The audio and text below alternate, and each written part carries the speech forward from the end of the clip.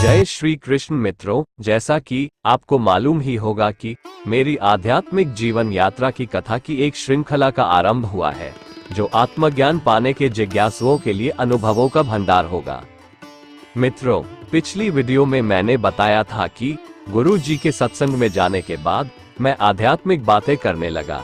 जो मेरा अनुभव था वह लोगों को बताने लगा। यह अनुभव सत्य लगा कि बिना गुरु ज्ञान नहीं होता। गुरु जी से मिलने के पहले के 8 महीनों तक आत्मज्ञान होने के बाद भी किसी को कुछ भी नहीं बताता था।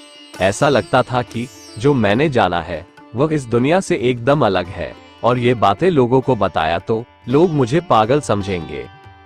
लेकिन गुरु करने और सत्संग करने के बाद मैं आध्यात्मिक चर्चे करने लगा था। सत्संग में जाने के बाद संतों के जीवन के बारे में भी जानने की रुचि बढ़ी। इस संबंध में महाराष्ट्र के एक प्रसिद्ध संत नामदेव के जीवन में घटी यह घटना बहुत ही मार्गदर्शक साबित होगी। गोरा कुम्हार महाराष्ट्र के महान संत थे। एक बार संत मंडली के साथ ज्ञानेश्वर महाराज गोरा कुम्हार के घर आए।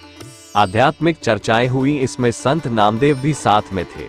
तब संत ज्ञानदेव ने गोरा से कहा, आप कुशल कुंभकार हो, आप ये बताओ, हम सभी संतों में से कौन सा बर्तन कच्चा है?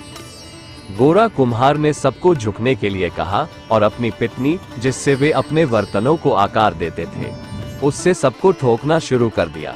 सभी संत मार खाकर भी शांत रहे। नामदेव की बारी आई तो वह एकदम बिगड़ उठे। तुरंत गोरा कुम्हार बोला, यही कच्चा घड़ा है।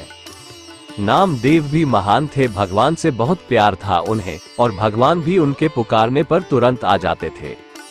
नामदेव बड़े ही दुखी हुए। सब संतों के बीच गोरा द्वारा किए गए अपमान की उन्होंने भगवान से शिकायत की। भगवान ने कहा, नामा, ये सच है कि तू मेरा परम भक्त है और मैं तेरे लिए सदा सब कुछ करने को तैयार रहता हूँ, फिर भी तुझ में से मेरे तेरे का भेद न मिटने से तू कच्चा ही है। ये तो बिना गुरु की शरण गए मिट नहीं सकता। शिवालय में विठोबा खेचर परम संत है, उनके पास जाकर तू ज्ञान प्राप्त कर ले। नामदेव विठोबा के पास गए। विठोबा सो रहे थे। उनके पैर शिव की पिंडी पर देखकर नामदेव को बड़ी अश्रद्धा हुई। उन्होंने सोचा, क्या ऐसे ही गुरु से ज्ञान प्राप्त करने की प्रभु ने मुझे सलाह दी? जब उनसे नहीं रहा गया तो उन्होंने विठोबा से कहा, महाशय, आप बड़े संत कहलाते हैं और शंकर की पिंडी पर पैर धरते हैं। विठोबा ने कहा, नामा, मैं बूढ़ा जर्जर हो गया हूँ, तुम ही मेरे पैर उठाकर उस जगह पर रख दो जहाँ शिव की पिंडी ना हो। नामदेव ने उनके पैर पकड़कर पिंडी से उतार अन्यत्र रखे, मगर उन्हें वहां भी शिव की पिंडी दिखी। इस तरह वह जहां जहां पैर उठाकर रखते उन्हें शिव की पिंडी दिखती। वो समझ गए और तुरंत विठोबा जी के चरण पकड़ लिए। विठोबा ने नामदेव को अद्वैत का बोध कराया। नामदेव की द्वैत बुद्धि मिट गई। कुछ ही दिनों में एक संत सभा के बीच विठोबा खेचर ने नामदेव को लक्ष्य करके कहा, ये घड़ा भी पक्का बन गया।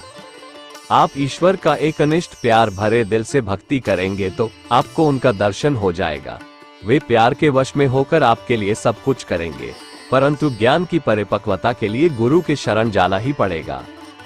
तो मित्रों, ऐसा होता है गुरु का महत्व। भगवान को भी अपने भक्तों को गुरु ज्ञान देने के लिए किसी महान गुरु के शरीर में अवतरित होना पड़ता है। तो मित्रों, अब मैं बोलने लगा था। आंतरिक ज्ञान तो था ही, परंतु उसके ऊपर से पर्दा हटाकर उसको पूर्ण रूप से चमकाने का काम गुरु ही करते हैं। इस तरह जब कहीं आध्यात्मिक चर्चाएं होती तो कुछ लोग तो मानते थे और कुछ लोग अपने अहम के कारण सब जानते हुए भी विरोधी तर्क दिया करते थे। घर पर कोई न कोई आते रहते थे और आध्यात्मिक चर्चाएं होते रहती थी।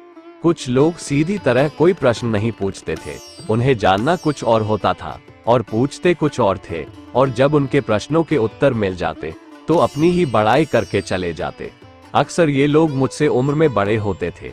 उन्हें अपने से छोटे से ज्ञान लेना अच्छा नहीं लगता था, शायद इससे उनके अहंकार को ठेस पहुंचती होगी। कुछ लोग बातों को समझते थे और मानते भी थे। जो भी हो, बहुतों ने सीखा और जाना, बहुतों का अच्छा विकास हुआ। फील्ड में भी चर्चाएं होती रहती थी, ऑफिस में भी चर्चाएं होती थी। जब कभी ऑफिस का टूर होता तो मेरे बॉस आधा या 1 घंटे मुझे बोलने के लिए कहते थे। जब कोई नेगेटिव बातें करता तो मैं थोड़ा आक्रामक होकर बोलता। हालांकि उसमें मेरे अंदर से न कोई द्वेष और न कोई गुस्सा होता, पर मुझे लगता था कि यह धीरे बोलने से यह सीधी तरह बातों को नहीं समझ पा रहा है। मेरी एक आदत है जोर से बोलने की। जब कोई मेरी बात नहीं समझता था तो मेरी आवाज थोड़ी तेज और आक्रामक हो जाती थी। इसलिए मेरी पत्नी और बच्चों को ऐसा लगता था कि बहस कहीं और जोर ना हो जाए, अतः उन लोगों को अच्छा नहीं लगता था। मुझे भी कभी कभी ऐसा लगता था कि शायद ईश्वर या गुरु की आज्ञा नहीं है बोलने की, या फिर मुझ में बोलने की कला नहीं है। अतः धीरे धीरे मैं बोलना कम कर दिया। अब मैंने सोच लिया कि कोई जिज्ञासु होगा और उसे कुछ जानने की इच्छा होगी और वह उस लायक होगा तो ही कुछ बोलूंगा। वैसे ही गीता में कहा गया है कि मूर्खों को गीता का ज्ञान नहीं बताना चाहिए, और मैं था कि जिससे भी मिलता उसी का कल्याण करने की सोचने लगता। मैं चाहता था कि हर कोई मेरे जैसा ईश्वर को जाने और ईश्वर की भक्ति करे, नहीं कुछ तो कम से कम भगवान नाम का जाप तो आरंभ करे। एक बार भक्त प्रहलाद को एक सुअर का जीवन देख दया आए तो उन्होंने उस सुअर को कहा, मेरे साथ चल, तुम्हें इस जीवन से मुक्ति दिला दूंगा। लेकिन सुअर ने जाने से मना कर दिया। मित्रों, यही ईश्वर का माया जाल है, जिसमें से कोई बिरले ही निकलने की इच्छा करता है, और इस माया जाल से स्वयं भगवान ही बचा सकते हैं। उन दिनों या आज भी मेरे अंदर यह एक परिवर्तन ये हुआ था कि सामने वाला जो कुछ भी सोचता, मैं वैसा ही बर्ताव करने लगता था। जो जिस भाव से आया उसके लिए वैसा ही प्रस्तुत हुआ। उसे कंट्रोल करने में थोड़ा समय लगता था। मेरे अंदर अपना कुछ रह ही नहीं गया था, पूरी तरह भगवान पर आश्रित था। वे जहां ले जाए, जो करा ले। जब आपके जीवन में भगवान के सिवा कुछ नहीं रहता, तो आपके लिए दुष्ट से दुष्ट में भी ईश्वर ही दिखते हैं, फिर गलत होने के अवसर ही नहीं उत्पन्न होता है। लेकिन आत्मज्ञान इस स्थिति के पहले ईश्वर के आवाज को समझने का ज्ञान होना चाहिए। इस बारे में भगवान रजनीश की यह कहानी याद आती है। एक बार एक ईश्वर का प्यारा भक्त नाव से समुद्री यात्रा कर रहा था। उसके साथ और भी कई लोग थे।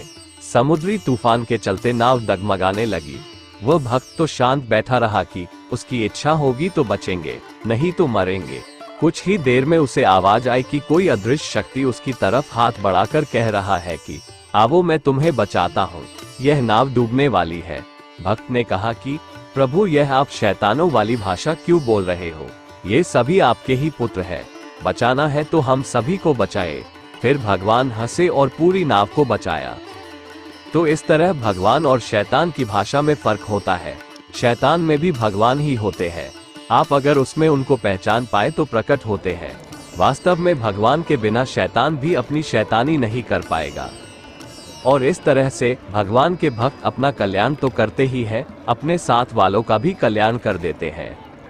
मित्रों, इस वीडियो में मैं अपनी आगे की कहानी के साथ कुछ कहानियां भी बताई है, जो प्रसंग के अनुसार आवश्यक भी था।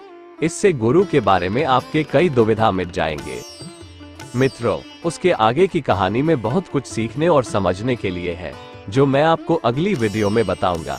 तब तक आप यहाँ तक के कहानी पर मनन करें और बताएं कि क्या आपके जीवन में भी कभी ऐसी स्थिति उत्पन्न हुई है या नहीं। इस श्रृंखला की पूरी वीडियो देखने और सुनने के लिए चैनल को सब्सक्राइब कर बेल आइकॉन प्रेस कर ऑल को सेलेक्ट जरूर कर ले। धन्यवाद। शुभमस्तु।